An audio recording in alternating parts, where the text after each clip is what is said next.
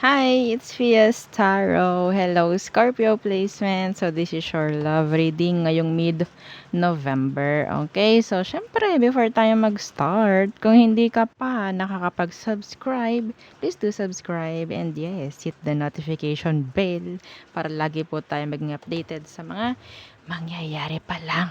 Okay, and yeah, don't forget na mag-follow sa atin pong FB page. And kung meron pong tanong pagdating sa private reading, message lang po kayo sa akin pong FB page for more info. Okay? So, excuse my voice.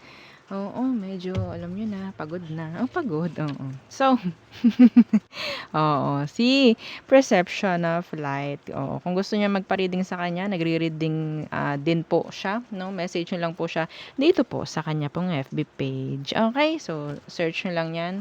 So, lalabas naman yan agad. Okay? Open naman siya as always. And, yeah, regarding sa ating all-in-one bracelet. Okay, Evil Eye, all-in-one.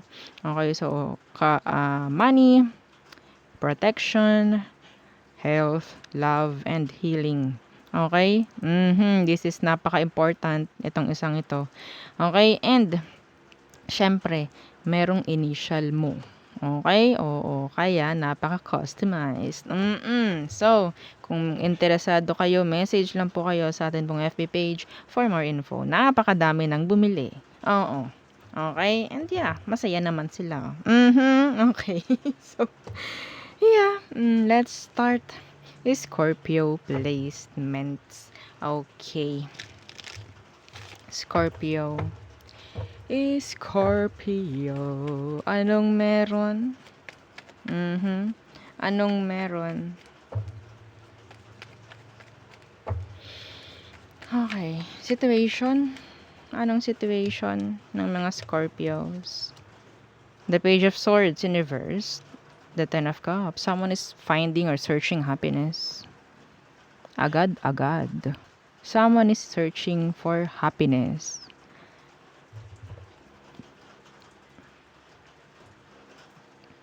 Meron ditong nakakaramdam na parang nakakasakal yung relasyon. Pero ang pinupunto dito is finding happiness. Okay? So, hindi hahanapin yon kung hindi masaya.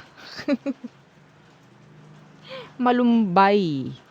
Malungkot ang situation ng mga Scorpio. Why? Sino ba tong taong ito? Scorpio. Anong meron sa kanya? Oh, masungit.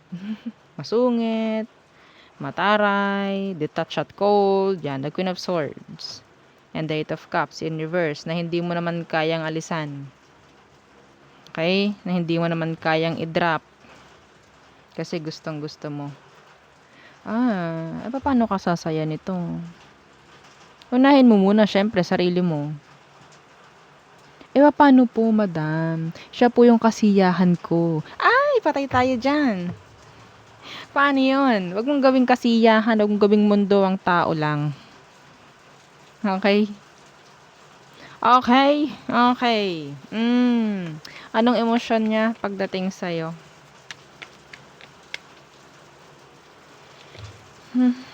Emosyon.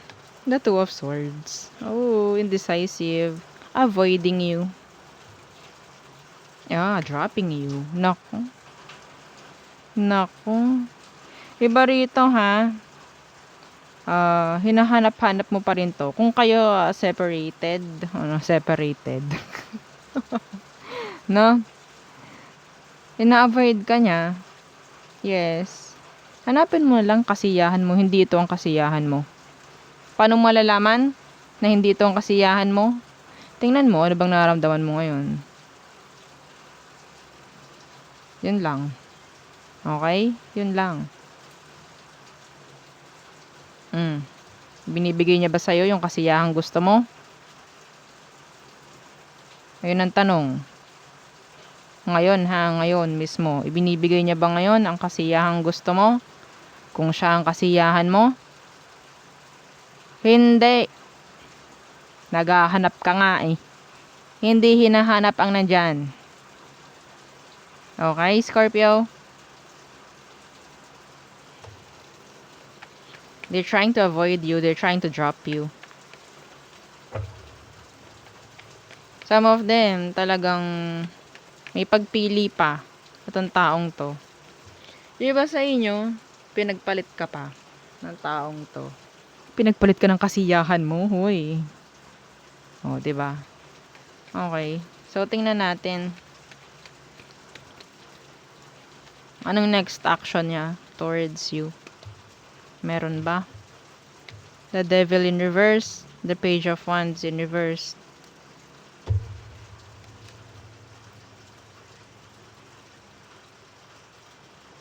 Wala. Okay. So, hinahayaan ka niya. Okay, hinahayaan ka nitong taong to. Para ka nilalaro nito eh. Okay? Alam mo yung feeling na alam mong ikaw yung kasiyahan niya. Diba ang saya nun? Pero yung iba dito kasi ginagawa nila yung pagkakataon para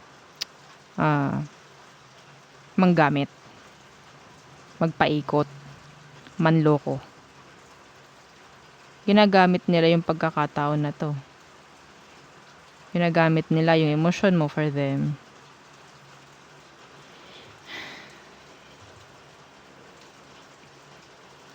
May chance na mag-reach out tong taong to. Okay? Pero ang gagawin nito is hindi mo naman makikita na siseryosohin ka. So, anong advice for you, Scorpio? The King of Wands, the Six of Swords. Let go. Let go. Ipakita mo yung worth mo. Ipakita mong kaya mong maging okay nang wala siya. Alam mo bakit? Pinapakain mo, pinapalaki mo yung ego nitong taong to. Yes. Yung ego na yon, tanggalin mo. Ibigay mo sa sarili mo. Hayaan mo na ikaw ang habulin. Kung kaya mo. Kung kaya mo. Pero kung hindi, wala. Lagitik tayo dito. Lagapak.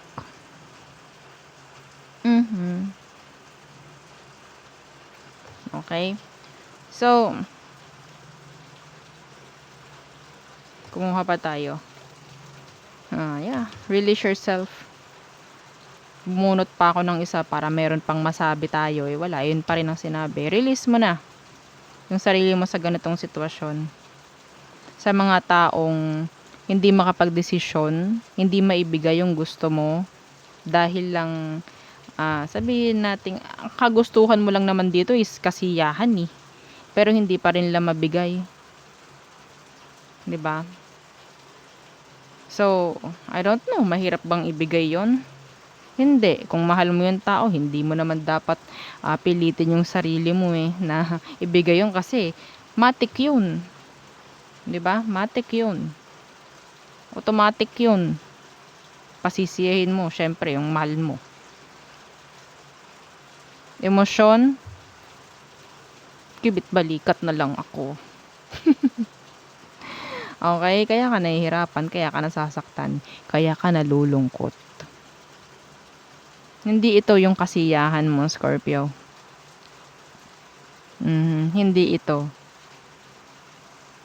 Hindi rin dapat hinihingi yung kasiyahan na yan kasi dapat kusa yung nararamdaman. So, release yourself from this kind of situation. Okay? So, enough na to. Enough na. Bigyan mo na lang yung sarili mo ng pagkakataon na umusad na lang muli. Okay? So, yun. So, tayo tumungo. Some of you may bagong makikilala. Yes. bibigay ako ng zodiac. Capricorn. Okay? Capricorn.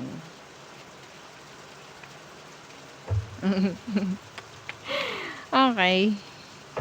Pero kung Capricorn yung person mo, another Capricorn. Okay? Specific yun. Yeah. Tapos tinanong, no?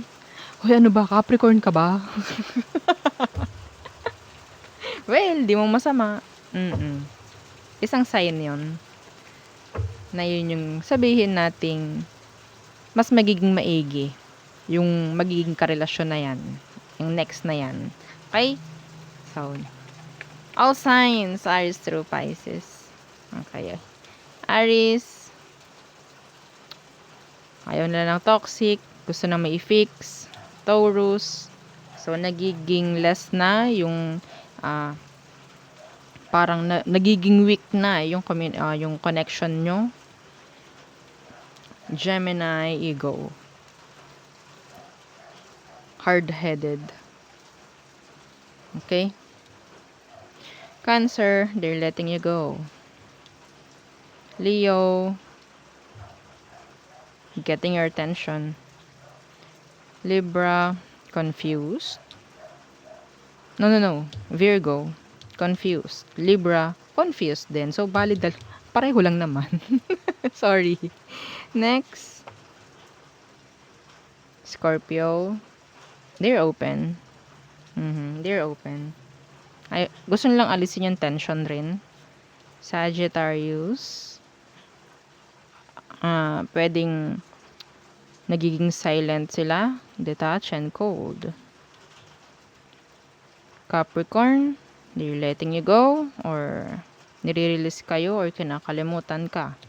Aquarius, a new start, a new beginning, an offer is coming. Okay?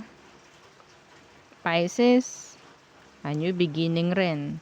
Okay, some of you, this is a passionate energy coming from the Pisces. Okay, so there, yun ang ating reading for you, Scorpio placement. So, thank you.